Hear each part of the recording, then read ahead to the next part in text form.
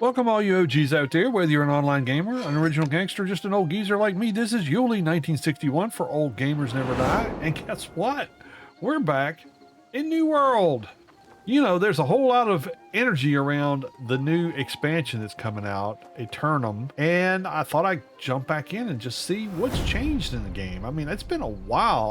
I played the heck out of this game the first year it was out, and then it just ran out of steam. There was not a whole lot of content for in-game, and when you get to level 60 back in the day, that was it, and there was not a whole lot of stuff to do, especially if you were solo, because unfortunately by the time I got to 60, a lot of the people I was playing with were bored and went somewhere else. So yeah, that kind of happened. And really, if you're wondering, should you come back to Eternum?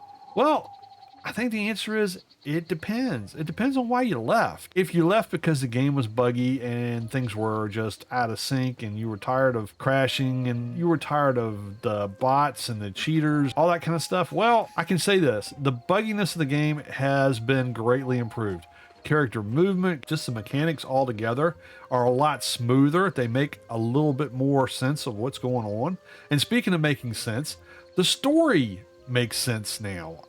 It used to be when we got started this thing, it was like, let's just have a race, everybody trying to get everything done at once, and it just didn't really hold together too much. But now there's a solid storyline in the main mission quest, and it's entertaining. And guess what, they're improving it with the expansion, so I'm looking forward to seeing how that's going to work out. But I can say jumping back in here has been a fun experience. It's been kind of nostalgic. It was a fun game. I really enjoyed it until I didn't. But it seems like the devs have really taken to heart a lot of the feedback the community has given them, and things have changed. So I'm going to go over a few of the changes that have come up that I've noticed since I've gotten back in the game. Besides the mechanics and the graphics and all that kind of stuff, those were nice to start with. They're getting better, and with the expansion they're looking to be even better. But let's just talk about some things that have changed, at least since I played. Is there is now a battle pass. So you can pay for a battle pass, a season pass, and get some goodies. The good news is you don't have to pay for anything and still get goodies.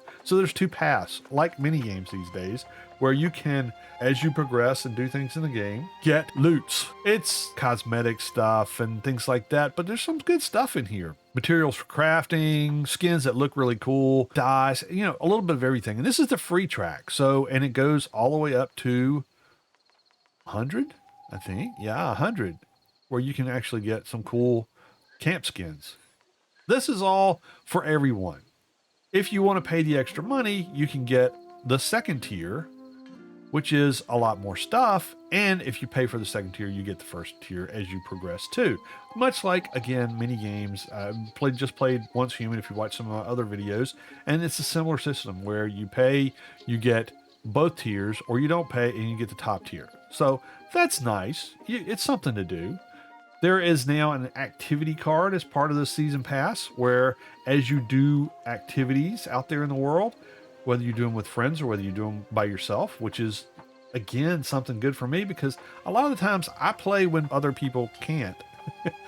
As a streamer, YouTuber, content creator, I play a lot of games. And a lot of people can't really spend that kind of time on video games. So I solo a lot. And in this situation, I've got something I can go work on when my friends are, you know, doing other things like living life or working or things like that. Being retired is great. What can I say? Anyway, as you do things, you're going to get stamps and you can use them on these cards. And once you fill up a card, let's go ahead and do that one. And we'll do that one. And we fill that card up. So we finish the card, and that's going to give us progress on the season for XPs. And we'll get a new card and we can start filling that one up.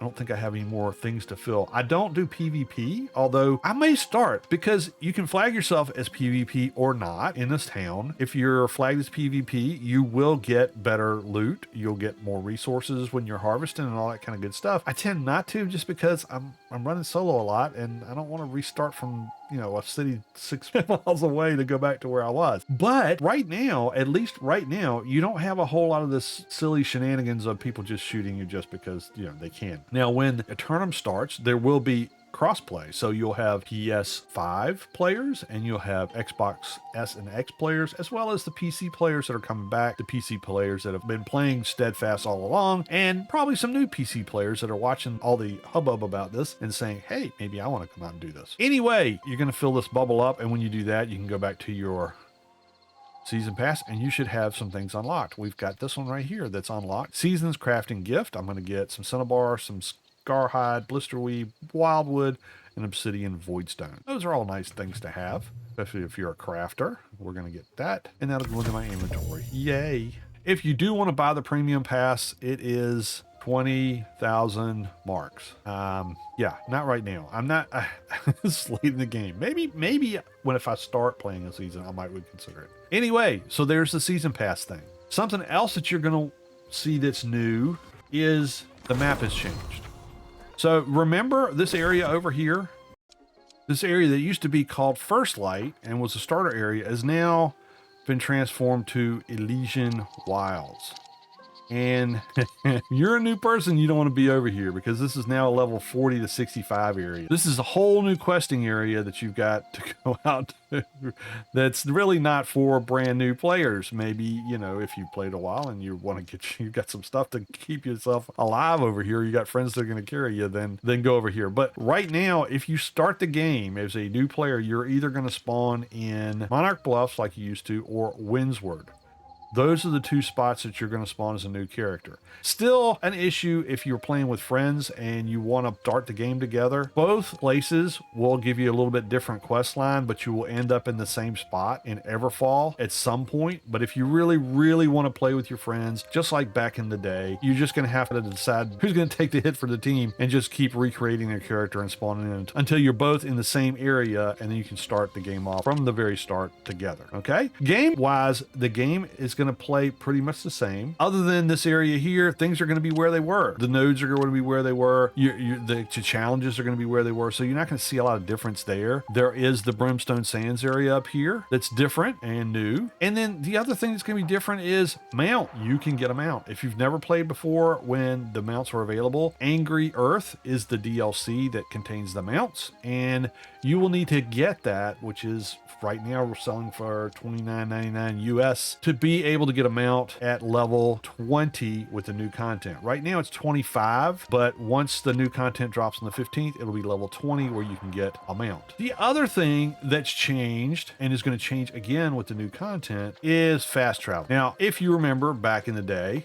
fast travel used to cost you a boatload of Azoth, and you used to hoard Azoth like, you know, crazy, because as you got higher in the game, and if you're like me and you're a hoarder and you carry all your stuff with you, yeah, it got really expensive to go from one area to the next. Not so anymore. Now you can travel pretty much for, let's go look. If I want to go somewhere on the map, as far as I can possibly go, let's look over here. I can't really go up here because I haven't been here with this character, because I wanted to start one new and just see how things go. But I can go to, so Cutlass Keys, I can go there for 20. If I want to go to Everfall, I can go there for 20. Depending on what you capture, you may end up being able to travel for free today. But when the new content comes out, you'll be able to fast travel for free anywhere on the map. You won't have to spend Azoth on it. You will be able to hold your Azoth and use it for crafting your equipment, weapons, all that kind of stuff. So I got a feeling that people are going to find out very quickly that they're Azoth rich when they didn't used to be back in the day. So that's something else I think is a huge improvement over where the game was when I left it. One other thing that you're going to be looking at when you start the game up, if you decide to go to a fresh start server, or you decide to start a new character anywhere on the even the legacy ones, you're going to find out that with the new content, there is going to be a archetype choice that you'll go into before you start creating your character. You'll have to pick an archetype. The first archetype is going to be the soldier. This is the typical fighter. You're going to have sword and hatchet. Then there's the destroyer with the hammer and axe, the ranger with bow and spear, the musketeer with flintlock and rapier, the occultist with fire staff and ice gauntlet, the mystic with life staff and void gauntlet, and the sword bearer with the great sword and blunderbuss. Each one of those archetypes, you know, if you played before, you don't fret, right? Because you can still use any weapon you want. It doesn't matter which archetype you pick. You know, if you played before, weapons and armor are going to drop all over the world, all over the place really quickly, and you can pretty much pick up any weapon that you want. So these archetypes, as far as what weapon set you're going to have when you get started, is really not that big of a deal, because you can swap those out into whatever build you like to play pretty quickly. What's important is that each one of those archetypes comes with a different set of trade skills, where you will, at least in the beta, get 50 levels in your trade skills for each archetype. So if you want to be the occultist, for example, you're going to have trade skills in jewelry crafting, in mining, and in smelting. They're all going to be at 50 levels right from the start, aside from the loadouts that you're going to get. Each one of these archetypes, you need to look at those trade skills and see which trade skills you want to have a head start on. Because, you know, if you played with a game before, those trade skills are vastly important as you progress through the game, because you can make more with less materials when you're using the trade skills, and you can make better stuff when your trade skills are higher. So be careful as you're starting a new character. Don't pay so much attention to the loadout you're going to get. Pay attention to those trade skills, because that's what's going to get you the boost so you can quickly get back up to speed with a brand new character to, you know, the level that you were at. Maybe you played up to level 60 or maybe 65 and you got bored and you went away. So use those trade skills as your guiding light when you're doing the archetype. Then you can set your character up and move on into the game. Something else that's changed in the game from when we started up is healing. So back in the day, the only way you could get heals was if you had, you know, a healer in your group or a life staff as part of your build, or you had food buffs that you could eat and recover your health, or go into town and recover your health. If you were out in the world, you did not passively heal. That is not the case anymore. Let's get this boar mad at us. Come on. I don't have any kind of buffs going on. I have no buffs on my armor that'll heal me. And you'll see that when he hits me, I'm taking damage. Not a whole lot. I mean, he's a level 6 pig. But as soon as the fight's over with, I passively generate that health right back.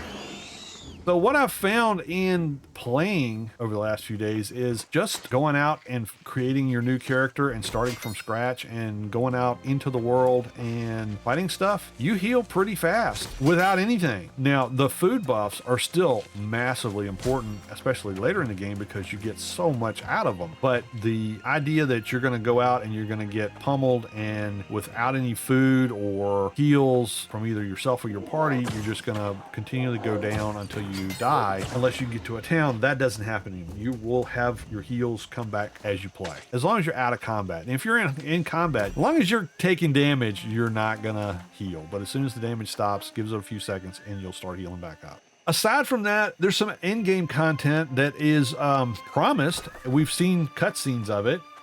With the beta, there was a level cap of 30, so they were not able to get to the point where you'd actually see the in-game content, which, you know, I can understand. It's a beta. Let's get people through the first 30 levels, and you can test the game out to see whether it's going to have some shakedown issues or not. The in-game content, keeping it off book for right now, is probably a good move for them, because if everybody was playing the beta and they got to the in-game and then they already done it, maybe they wouldn't want to go buy the game. So there you go. The way betas work. Anyway, you'll have a 10-man raid. There are a lot of other activities that were not in the game back when I played. So if you look at activities, there's expeditions where you can go out and do kind of like mini dungeons with up to 4 people together, or you can solo them. There are mutated expeditions, which you can do some difficulty levels on it and redo some replayability to get better stuff, better loot out of it. You have to be level 65 to get there. It's where this whole thing of the Angry Earth content is going to come into play here. Because if you want to mount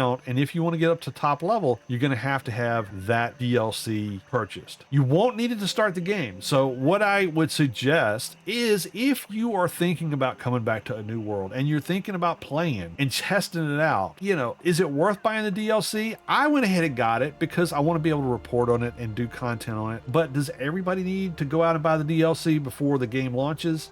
You know, it's up to you. Do you want to mount? If you want to mount, you got to get the DLC. It's not going to come with the expansion. you're going to have to pay for it. If you want some of this additional content where you can get into the raids or the mutated expeditions or things like that that require content from the DLC, you're going to have to get it. Will it go on sale?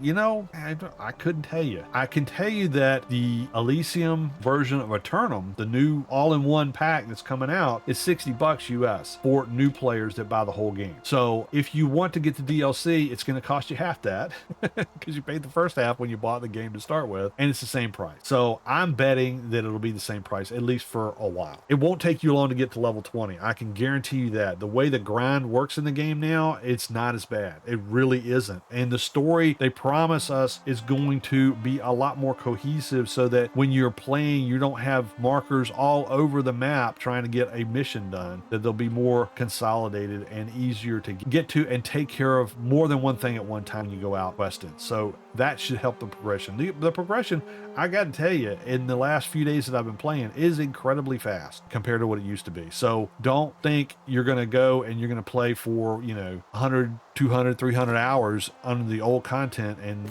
never get to level 20. You'll hit 20 pretty fast, even playing conservatively. So just be aware of that. That's the advice I would give you. If you're a completionist, if you're a person that you were really into the game before, you really want to have a mount, you really want to get the whole, all of it, bang for your buck wise, hey, go ahead and get the expansion. And as long as you log in with the expansion purchased before the 15th, which is a couple of days from now, as of the recording of this video, then you get the cool Azoth wolf mount. I'm not a FOMO type of person, so if that's not of interest to you, then don't race to get it. But it's a nice perk to have if you're going to put the money up ahead of time. So that's kind of the gist of what's changed and what's not. Again, if you enjoyed the game before and you're wanting to get back into it, you've already bought the game, jump back in and see if it's something, if you want to invest the time in again. Start with a fresh player, see how that goes for you. But if you're looking for a vastly different game and this wasn't your cup of tea, you're probably not going to enjoy it. Just be honest with you. But I got to tell you, I've had fun playing over the last few days. It's been a nice walk down memory lane. It's kind of like coming home, and playing something that you played a while back. And it's got a little bit of freshness. I think with the expansion, it's going to have a little bit more freshness. It's going to be worth it to me to go out and play again because, there's a lot of stuff out there right now, but I really am looking for something that I can just go out and hang out in. You can play this as a cozy game, right? I mean, it's a PvP, PvE, dungeon crawling game, but you know what? If you're a cozy game player and you just want to harvest materials and make stuff like potions and foods and things like that, hey, there's a place for you here. You could do that all day long and never fight a single thing.